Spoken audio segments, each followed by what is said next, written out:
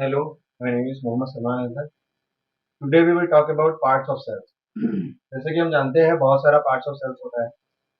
तो पहला हम जो स्टार्ट कर रहे हैं वो आपका है प्लाज्मा मेम्ब्रेन और द सेल मेम्ब्रेन। क्या है प्लाज्मा मेम्ब्रेन और द सेल मेम्ब्रेन। तो अब हम बात करेंगे इसका फीचर्स के बारे में। फीचर्स पहला जो है हमारे पास जो है वो क्या है आउटर मोस्ट लेयर, मतलब कि जो सेल होता है उसका सबसे आउटर मोस्ट लेयर जो होता है वो क्या है आपका सेल मेम्ब्रेन है, या हम इसको सेल मेम्ब्रेन भी बोलते हैं और इसको हम प्लाज्मा मेम्ब्रेन भी बोलते हैं, दोनों बोल सकते हैं। अब नेक्स्ट बात यह है कि जो आउटर मोस्ट लेयर है ये सिर्फ इन केस ऑफ एनिमल्स है। क्या है? सिर्फ इन केस ऑफ एनिमल्स है। ये प्लांट के केस में जो है ये सेकेंड हो जाता है। क्या है? सेकेंड आउटर मोस्ट बन जाता है। और आपका एनिमल का जो है वो सबसे आउटर मोस्ट लेयर है। ये एनिमल को अपने सराउंडिंग से सेपरेट करता है। और नेक्स्ट जो पॉइंट हम लोग देखेंगे, पहला पॉइंट हुआ। दूसरा पॉइंट जो है ये क्या है semi permeable membrane. Semi permeable मतलब कि कुछ अपना हिसाब से कुछ एंट्री देता है कुछ सामान को और कुछ एंट्री नहीं देता है, उसको हम क्या बोलते हैं सेमी परमिएबल मेम्ब्रेन। ठीक है। नेक्स्ट जो आपका है मेड अप ऑफ लिपोप्रोटीन, मतलब कि ये जो बना हुआ है लिपिड और प्रोटीन का एक स्ट्रक्चर है, इसको हम जो प्लाज्मा मेम्ब्रेन है। और फिर आपका जो नेक्स्ट है it is the living membrane, मतलब कि ये एक जिंदा यानी जीवित है, जीवित मेम्ब्रेन है मतलब। और ये क्या है थिन है और फ्लेक्सिबल है।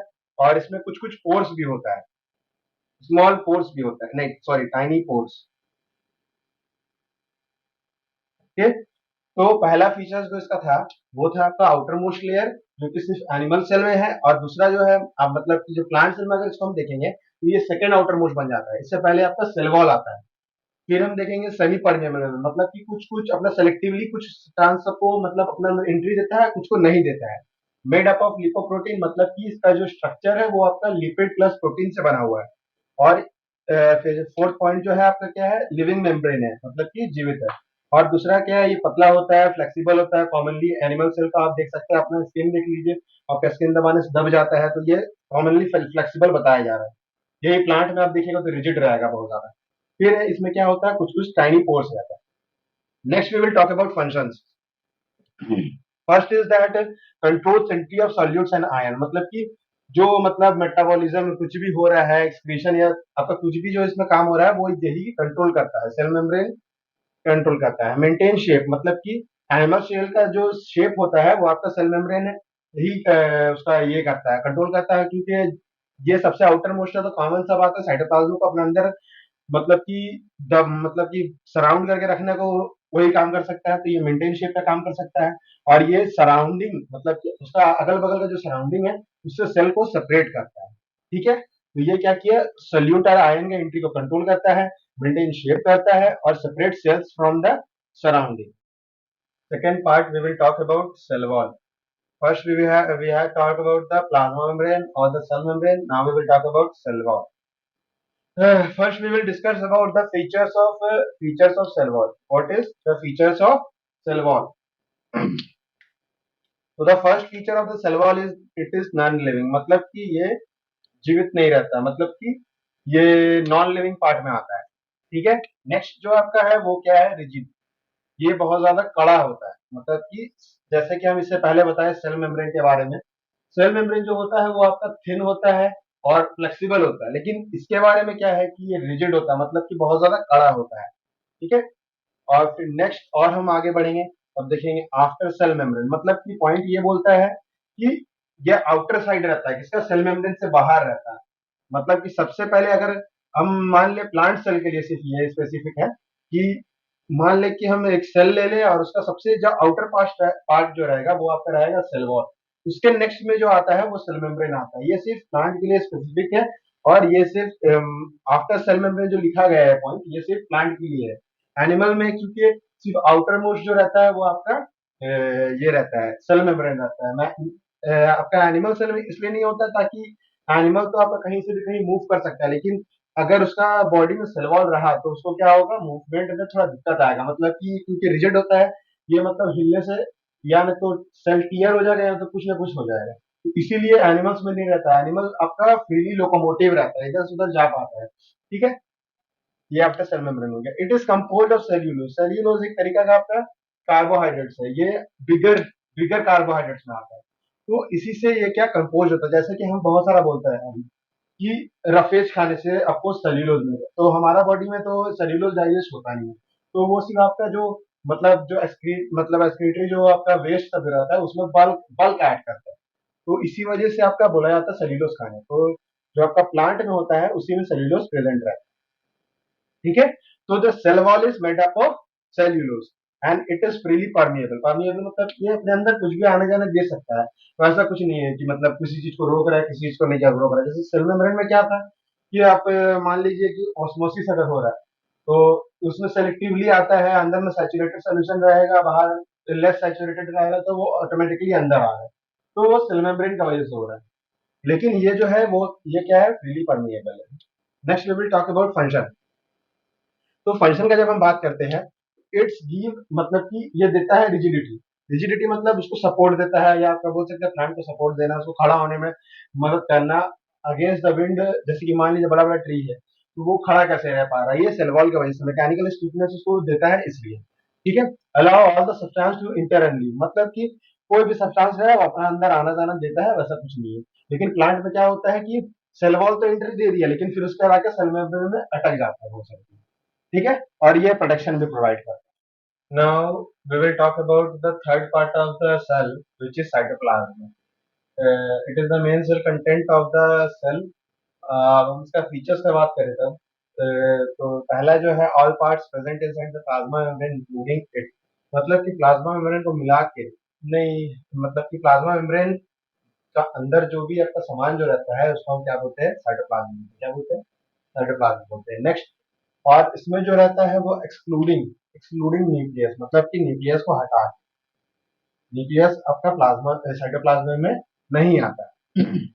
Next is contained, it contain water and organic and inorganic mixture, मतलब कि जो भी बहुत सारा कंपाउंड होता है जो ये मतलब कि हम लोग का बॉडी में हो गया, जैसे कि आपका पोटेशियम, मिनरल्स, जो भी चीज होता है सब इनऑर्गेनिक में आता है, और आपका ऑर्गेनिक का हमारा बॉडी पूरा ऑर्गेनिक बना हुआ है। तो जो ऑर्गेनिक और इनऑर्गेनिक का जो मिक्सचर रहता है वो आपका पूरा साइटोप्लाज्म में स्प्रेड रहता है, मतलब कि रहता है, मतलब वही जैसे ह्यूमन में भी आपका प्लाज्मा प्लाज्मा होता है ब्लड में, उसी तरीके से आपका पर सेल में भी हम देखेंगे तो भी आपको क्या होता है, प्लाज्मा होता है। Contains nearly all the organelles, मतलब कि कुछ कुछ ऑर्गेनेल्स जो न्यूक्लियस के अंदर है उसको छोड़ के बाकी सब ऑर्गेनेल्स जो रहता है वो आपका साइटोप्लाज्म में प्रेजेंट रहता है। फंक्शंस का बात करें तो इसका फंक्शन हम बात कर सकते हैं कि सब ऑर्गेनेल्स को अपने अंदर रखता है। दूसरा आपका जो है वो क्या है, मेटाबॉलिक एक्टिविटीज इसी के अंदर होता है, मतलब कि रिस्पिरेशन का जो फर्स्ट पार्ट है यानी कि प्रोडक्शन ऑफ पायरुविक एसिड, ये सब सब आपका क्या है, इसी में होता है। ठीक है, तो पहला बात तो हम जो बोले ये क्या है, ऑल पार्ट, मतलब कि आपका जो है प्लाज्मा मेम्ब्रेन के अंदर वो आपका एक्सक्लूडिंग मतलब न्यूक्लियस को छोड़ के जो भी पार्ट बचता है प्लाज्मा मेम्ब्रेन के विद इन, मतलब कि उसके अंदर, उसको हम क्या बोलते हैं, आपका ये साइटोप्लाज्म बोलते हैं। नेक्स्ट आपका जो है इसके अंदर क्या रहता है, वाटर कंटेंट रहता है, ऑर्गेनिक इनऑर्गेनिक मिक्सचर जो भी सॉल्ट्स वगैरह का जो भी होगा आपका, और कंटेन्स नियरली ऑल ऑर्गेनल्स, मतलब कि आपका ज्यादातर सब ऑर्गेनल्स इसी के अंदर रहता है कुछ न्यूक्लियस का छोड़ के बस। आपका ये फंक्शंस तो आप क्लियर है, contains all the organelles, metabolic activities बहुत सारा इधर ही होता है। For the third part we will sorry for the fourth part we will talk about endoplasmic reticulum. ये एंडोप्लाज्मिक रेटिकुलम है, कुछ इस तरीका से दिखता है, ये आपका जो होता है सेल मेम्ब्रेन, और जो आउटर पार्ट जो रहता है सेल मेम्ब्रेन और आपका न्यूक्लियर मेम्ब्रेन का बीच में एक स्ट्रक्चर रहता है। ये इसका अब हम फीचर्स का जब हम बात करेंगे तो ये डबल स्टैंडर्ड रहता है, मतलब कि दो दो लाइन रहेगा, और double double standard tubular irregular network, मतलब कि जैसे कि हम इधर देख सकते हैं एक ट्यूब जैसा दिख भी रहा है और ये इरेगुलर रहता है। ठीक है, और नेक्स्ट जो इसका पॉइंट है वो आपका है outer end connected to the cell membrane, मतलब कि जो इसका आउटर एंड रहता है जैसे कि हम यहाँ देख सकते हैं, इसका आउटर एंड किससे कनेक्टेड, सेल मेम्ब्रेन से कनेक्टेड है, and the inner end connected to the nuclear membrane, मतलब कि ये जो न्यूक्लियर मेम्ब्रेन होता है, जो न्यूक्लियस का जो आपका आउटर कवरिंग जो होता है उसको हम क्या बोलते हैं, न्यूक्लियर मेम्ब्रेन बोलते हैं। ये बहुत ये यहाँ से मतलब आपका ये भी रहता है, न्यूक्लियर पोर भी होता है बहुत ज्यादा, तो ये आपका यहाँ से इधर कनेक्ट हो जाता है। So outer end is connected to the cell membrane and the inner end is connected to the nuclear membrane. Okay. Now we will talk about third part, which is SER and RER. तो अब जो endoplasmic reticulum जो होता है वो आपका दो दो प्रकार का होता है, मतलब कि दो टाइप का होता है। एक आपका होता है एसईआर, मतलब कि स्मूथ एंडोप्लाज्मिक रेटिकुलम, और दूसरा जो होता है वो आपका होता है आरईआर, मतलब कि rough endoplasmic reticulum.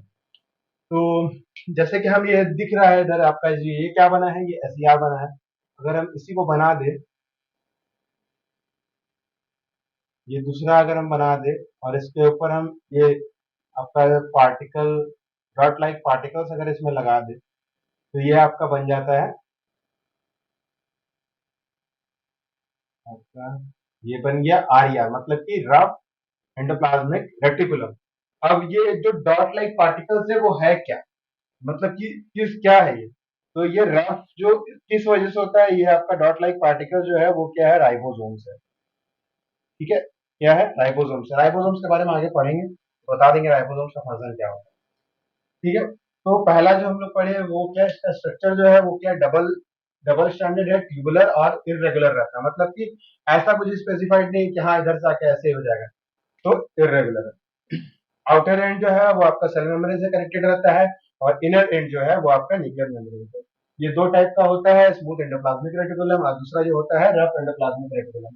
Due to the presence of a ribosome on its surface, it is known to be as rough endoplasmic reticulum. Now we will talk about functions, मतलब कि इसका क्या फंक्शन है। इट प्रोवाइड फ्रेमवर्क, मतलब कि cell को जो मतलब गोल घुमा हुआ रहने दे, मतलब कि जैसे कि ह्यूमन बॉडी को स्केलेटन फ्रेमवर्क प्रेजेंट करता है, मतलब कि अगर ह्यूमन बॉडी में स्केलेटन नहीं रहा तो क्या हो गया, ठीक है, आपका मतलब आदमी पड़े रहेगा। तो उसी तरीके से ये जो है वो आपका सेल को मतलब होल पूरा दिखने में मदद करता है, मतलब फ्रेमवर्क देता है उसको।